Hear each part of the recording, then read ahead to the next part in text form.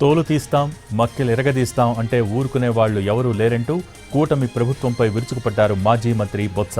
విజయనగరం గరిబిడిలో బాబు surety మోసం guarantee కార్యక్రమంలో MLC Botsa hot comments చేశారు. దమ్ముంటే గ్రామాల్లోకి రండి చూసుకుందామని సవాల్ చేశారు. చంద్రబాబు ఒక అబద్ధాల కోరని ఘాటు విమర్శలు చేశారు బొత్స.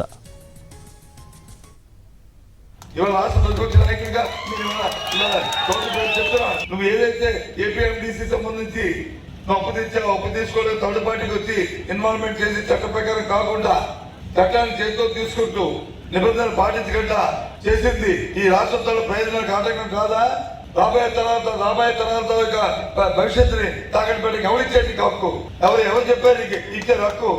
అడుగుతున్నాను. ఇవాళ చంద్రబాబు పెట్టు చూద్దాం రాజ్యవర్గ ఎవరిపై పడతావు. ఇవాళ రాష్ట్ర ప్రతిపక్ష నాయకుడిగా చెప్తున్నాను. నువ్వు ఏదైతే ఏపీఎండిసి సంబంధించి అప్పు తెచ్చావు, అప్పు తీసుకోలేదు, థర్డ్ పార్టీకి వచ్చి ఇన్వాల్వ్మెంట్ చేసి చట్ట ప్రకారం కాకుండా చట్టాన్ని చేతితో తీసుకుంటూ నిబంధనలు పాటించకుండా చేసింది ఈ రాష్ట్రంలో ప్రయోజనాలకు ఆటంకం కాదా? రాబోయే తరాలతో భవిష్యత్తుని తాకట్టు పెట్టి ఎవరిచ్చేటి హక్కు? ఎవరు చెప్పారు ఇచ్చారు హక్కు?